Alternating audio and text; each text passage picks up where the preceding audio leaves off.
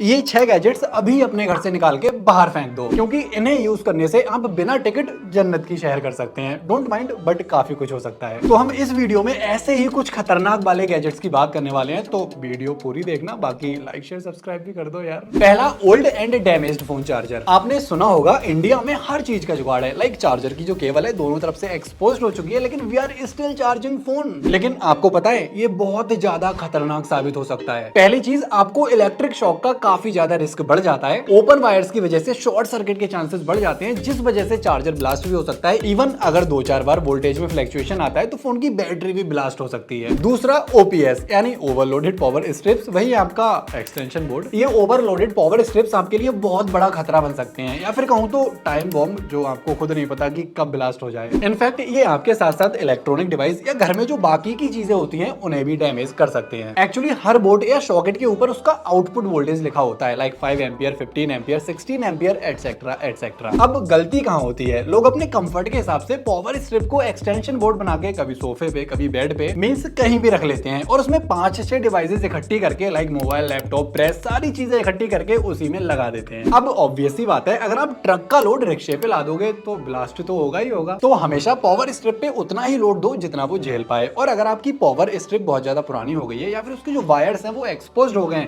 तो या तो उसे सही करा लो या फिर घर से तुरंत निकाल के बाहर फेंक दो। तीसरा, फॉल्टी इलेक्ट्रिकल एप्लियंसेस। अब टीवी, माइक्रोवेव या फिर फ्रिज तो हर किसी के घर में होता है, और कई बार हमें ऑलरेडी पता चल जाता है कि हमारा ये चीज प्रॉपर काम नहीं कर रही है। जैसे कुछ कॉमन फॉल्ट की बात करूं तो एक्सपोज्ड वायर, ओवरहीटिंग या फिर किसी भी कंपोनेंट का सही से काम नहीं करना। लेकिन ऐसी छोटी छोटी लापरवाही से हमें बहुत बड़े नुकसान हो सकते हैं, लाइक फिजिकल डैमेज हो सकता है, सर से डैमेज हो सकता है, इवन आग भी लग सकती है हमारे घर में। तो थोड़ा ध्यान रखो, टीवी, फ्रिज, माइक्रोवेव, किसी भी चीज की मौत होने से पहले एक बार उसे हॉस्पिटल में एडमिट करा के उसकी जान बचा लो, मतलब जिससे आपको नुकसान ना हो। चौथी, अनअटेंडेड पोर्टेबल चार्जर। अब ये गलती आप में से काफी लोग रोज करते होंगे, मतलब एक बार चार्जर को बोर्ड में लगा के बटन ऑन कर दिया, उसके बाद जब भी फोन चार्ज करना है मतलब प्लग इन कर दिया, जब फोन चार्ज हो गया प्लग आउट कर दिया। मींस बटन ऑन ऑफ करने से कोई भी लेना देना नहीं है। हालांकि आजकल के चार्जर भले ही कितने स्मार्ट हो गए हो, लेकिन इसका मतलब ये थोड़ी होता है कि अगर फोन पे स्क्रीन प्रोटेक्टर लगा हुआ है तो उसे जमीन में मार के चेक किया जाए कि स्क्रीन टूटेगी या नहीं। भाई वो सेफ्टी पर्पज के लिए होता है। तो भले ही चार्जर में स्मार्ट टेक्नोलॉजी आ गई है, लेकिन फिर भी हमें सही तरीके से यूज करना है। लाइक जब फोन चार्जिंग पे लगाना है तो प्लग इन करने के बाद ही बटन ऑन करें, और जब आपका फोन चार्ज हो जाए तो रिमूव करने से पहले, आई मीन प्लग आउट करने से पहले